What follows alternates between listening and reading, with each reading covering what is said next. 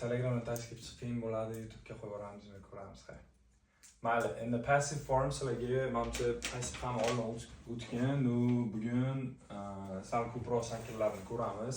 Present simple bilan past simple'ni ko'ruvdik organizatsiyalar. Eng oddiy shakllarni passivda bugungisiga nasib bo'lsa, qolgan zamonlarda ham ishlatilishini hamma shakllarni ko'rib chiqamiz. Birinchi bo'lib bizada o'sha har doimgidek passive formani boshlashdan oldin bizada gap tarkibidagi subject va object nimaligini qaytadan takrorlab olishimiz kerak. Bitta oddiy gap aytaylik, misol uchun she boshqacharoq aytaylik.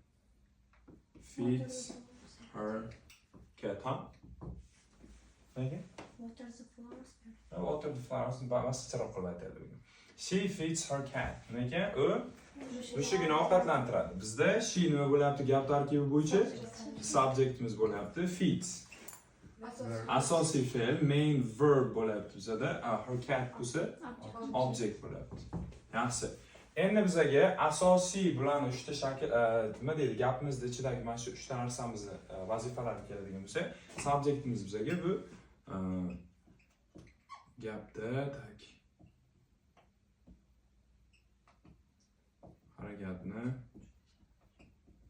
bajaruvchi ega. To'g'rimi? Mana shu gapda harakatni kim bajaradi degan bo'lsa, she bajaradi, o'sha qizcha bajaradi. Feeds bo'ladigan bo'lsa, bu gapda harakatini o'zi. Ya'ni nima harakat bajardi, nima ish qildi deydigan bo'lsa, feed qiladi. To'g'rimi? Ya'ni ovqatlantiradi. Harakat bo'ladigan bo'lsa, bu bizada to'ldiruvchi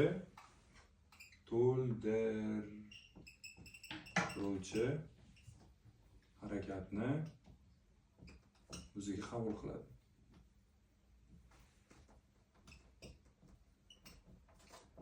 Mam subject ko'pincha agent ham deb aytiladi ko'p sanolarda, resurslarda. Yaxshi. Endi bular nima deyotgan bo'lsalar, prям mana she'miz harakatni, mana bu harakatni catga qarab bajaradi. Cat o'zi shuna joyiga turadi-da, harakatni o'ziga qabul qiladi. Ya'ni men she bo'ladigan bo'lsam, mushukka ovqat beraman, bu turadi, men harakatini o'ziga qabul qiladi. Buni hammaga yod bo'lib ketgan. Yaxshi. Endi bu bizada mana shu shakllarimizni o'zi qaysi zamonda kelishidan qat'iy nazar, ya'ni gapda subject objektga qarab harakatni bajaryapti, mana shu narsa bizada active form deyiladi. Active voice deysan, boshqa kim qanaqa tushunsa, o'ziga o'zini farqi yo'q. Nima bo'lsa ham bizada active formasida mana shu narsa subject objektga qarab harakatni bajarar ekan. Endi degan joy bu bizada passivda gapirishadigan bo'lsak, passivni bizada eng asosiy strukturasi bu objektni oldinga sakrab chiqishi, object plus yonida to be'si bo'ladi va bag'da verb uch keladi. Mana asosiy narsa sizlarga o'zgaradigan bu to be hisoblanadi. Har xil zamonlarda present simple, past simple, present perfect, future modallarda har xil strukturada aylanaveradi, lekin bizada asosiy tarkibda to be bilan verb uch kelishi shart. Bu narsaga endi nima qilamiz? Mana bu yerda turgan objektni shunday qulog'idan cho'zib boshiga olib kelib qo'yamiz. Her cat, to be ni hozirgi zamondagi shakli amizardan qaysi bir chiqadi catga nisbatan? It's verb uchga o'tkazadigan bo'lsa asosiy fe'lni fed, yes? Her cat is fed. Bo'ldi. Bizada bo'lsa subjectimiz gapdan chiqib ketadi. Lekin nimasi qoladi subjectni? Harakati qoladi. Tushunamsizlar? Her cat is fed. Ya'ni uni mushugiga ovqat beriladi. Bu joyiga harakat qolyapti degan narsa nima deyotgan bo'lsa-ku, o'sha narsa bo'lyapti. Bizga o'sha mana subjectimizni qiladigan ishi gapda turibdi, prosta o'zi chiqib ketdi. Ya'ni mushukka hali ma'qul berilyapti, faqat bitta odam tomonidan berilyapti degan narsa bo'lmayapti. Tushunarli? Ya'ni mushuk ovqatlantirilyapti, chiqyapti, bizga lekin kim tomonidanligini bilmaymiz. Passiv shunisi qiziq. Endi by bilan keladigan qoidani ko'rib chiqamiz. Lekin bizada asosiysi passivni ishlatilishi ham ko'pincha men bir reasoningda kelsam, oddiy gaplarda aytaylik. Misol uchun bizani uyimizga o'g'ri tushdi. Yo'qsa uyimiz tunab ketildi degan bo'lsa bo'ladi. Aytaylik, our house has been robbed. Ya'ni kimdir tomonidan tunab ketildi. O'sha o'g'ri urib ketildi degandan ko'ra, prosta bizani o'g'irlab ketishdi, uyimizni urib ketishdi desanglar, udobroq chiqadi. Shaxsini bilmasdan gapirsanglar. Shunaqa shakl uchun bizga passiv o'zi yaratilgan ekan. Tushunarlimi? Rasm chiroyli ko'proq tashlash chunki kameraga xira bo'layotgan bo'lsa.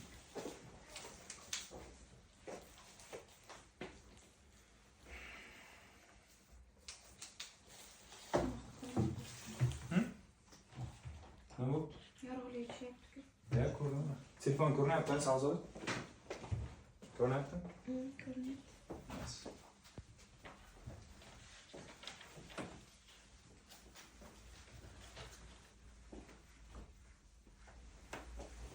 Salomni kesib qo'yamiz endi.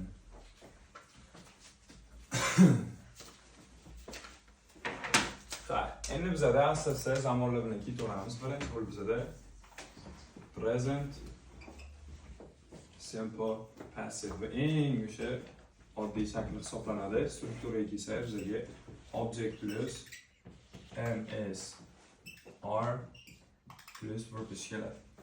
Xo'p, bironta gap aytamiz o'shani aktivdan passivga o'tkazib olamiz. Nima deymiz? Present simple'da bironta har doim qiladigan harakatlarimiz aytildi. Hop, Abdulbosit nima ish qilasiz? Buradagi yaxshi ish. Hola. Abdulbosit brushes yes. Keling Ruxsana. Tak, brushes his teeth. Alaykum assalom. Ha, Abdulbosit brushes his teeth bo'lyapti. Bizada endi aktiv formamiz, to'g'rimi? Aktiv formani ichida bizani subjectimiz Abdulbosit bo'lyapti. Mana bu nima? Main verb, ya'ni harakatni o'zi, his teeth bo'ladigan bo'lsa bizada object bo'lyapti. Endi shuni tarafga o'tkazib yuborib, mana strukturaga olib kelsak, objektimiz boshda chiqadi. Endi ba'zi tushunarliroq bo'lish uchun his teeth demay Abdulbosit teeth deylik. Hay, Abdulbosit teeth. Hay, everydayni qo'ysak bo'lar ekan boyna. Nima? Hay, Abdulbosit teeth is brush it every day misol uchun. Abdulbosit's teeth is brushed every day. Tarjima qanday chiqyapti? Abdulbosit tishi har kuni yuviladi. Tushunamizmi? Bizda passiv forma bo'lyapti. Mana strukturada chiqyapti. Abdulbosit teeth object emas. Isimiz to be. Brush it bo'lsa, uzr, verb ish bo'lyapti. Tushundingmi? Bo'ldi. Keyingisi bizda past simple passive. Ruxshona, siz o'zingizning gruppangizga passiv shaklini ko'rgansiz, Janolischi? Passiv ko'rganman. Ayo, o'zi passiv nimaligini bilasizmi? Machqolsiz. Ha, yaxshi. Qarab turing, qolgan zamonlardan ketaveramiz. Mana bu yerda nima bo'lganini tushundingiz, hozir qanday qilib aktivdan passivga o'tkazganini tushundingiz. Yaxshi amal o'rganib ketasiz. Past simple passivda endi bizga bo'ladi object plus was were plus verb ish bo'ladi. Endi ham aktivda gap aytaylik, shuni passivga o'tkazamiz. Hay. Bo'ynikiga. Someone, nima basaqaroq aytamiz, misol uchun. Broke the window yesterday. Someone broke the window yesterday. Nima ekan? Kimdir kecha derazani sindirdi. Bizada bu kim? Subjectimiz bu. Main verbimiz window bo'ladigan bo'lsa, object bo'lyapti. Ya'ni yesterday kerakmas bizga bu ikkinchi darajali gap bo'ladi. Shuni vaqt o'tkazib yuboradigan bo'lsa, gapni boshiga object chiqib kelsa, the window nega chiqyapsiz farangiz? Kiring, tezlashing. Tak, the window to be ni o'tgan zamoni was broken yesterday. The window was broken yesterday. Endi tarjima qilib chiqyapti. Deraza sindirilgan edi kecha. O'tgan boshiga objektimiz chiqoldi. Yonidan to be'imizni o'tgan zamondagi shakli va verb ish. Passivni asosiy tarkibiga baribir unaqasiga, bunaqasiga kelib qolaveryapti. Boya aytgan narsam asosiy ishi shu to be'ni har xil zamonlarda aylanish bo'lyapti.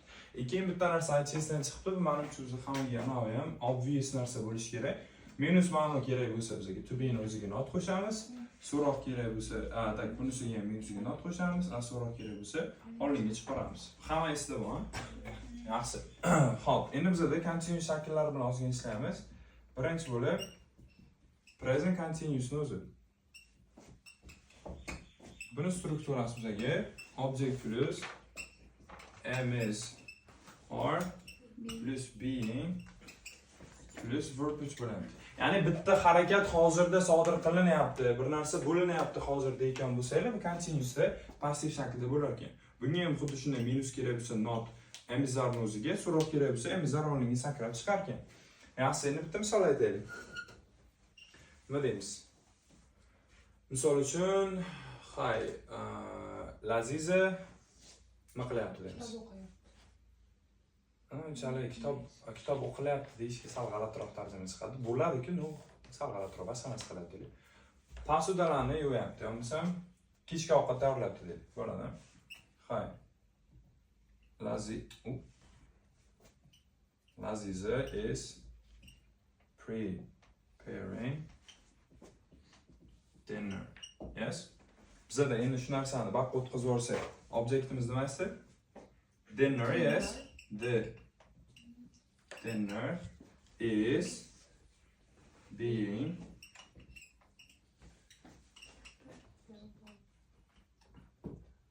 prepared. Ya'ni the dinner is being prepared. Kechki ovqat tayyorlanyapti. Va dinnerimiz gap tarkibida objektimiz isimiz to be being bizda continuous ma'noni beruvchi yordamchimiz va prepared verb bo'lyapti. Tushunarlimi? Keyin qaranglar, endi by'ni shu joyga qo'shib yuborsak bo'ladi, chunki sal mavzuchiga kira olinglar. By'ni sizlar ishlatadigan bo'lsangiz, bu tomonidan degan. Bizga o'zi passiv shaklda gapirayotgan paytda o'zi asosiy qoidasi ham shuda. Passivni ishlatilishini o'zi bizda kelib chiqadi. Agentni, ya'ni subjectni bizga kimligi qiziq bo'lmasa, kimligi aniq bo'lmasa, yo bo'lmasa aytishni xohlamayapmizmi, passivda gapiramiz. Ja aytganlaringiz kelsa, mana by'ni ishlatib olinglar. Tushunarli? Ya'ni shu odam tomonidan deydigan bo'lsa. By Laziza, yes. Endi tarjima qilgan chiqib, bunaqa qilsangiz ham bo'ladi. Agar ja kim qilganini aytmoqchi bo'lsangiz. The dinner is being prepared by Laziza. Ya'ni kechki ovqat tayyorlanyapti Laziza tomonidan. Tushunarlimi? Tak, farangis nima bo'layotganiga tushunyapsizmi? Passiv shaklni olib ko'rganmiz? Passiv? Yo'q. Yo'q. Kechib kelgan joyingizgacha videoni ko'rib chiqasiz. Tushunarlimi? Chunki qaytib qila olmaymiz sizga va xushmet qilmay qolamiz. Endi bizada qanday svet uchiq bo'lsa ham doska normal ko'rinadi. Yaxshi, navrut, yo'qsa reflection. Yaxshi ko'rinmayapti. Bunaqasida. Oxirgi so'z oxir ko'rinmayapti, va so'z bosh ko'rinmayapti. Faqat osgan rasmni ham tashladilar-ku. O'shalarni qarab oladi. Prosta turadigan bo'lsa ham buni anasi yumshab ketyapti deb. Hay. Endi bizada to'g'rilaymiz shuni Abdulloh salotchisi bormi? Orqaroq tortamiz.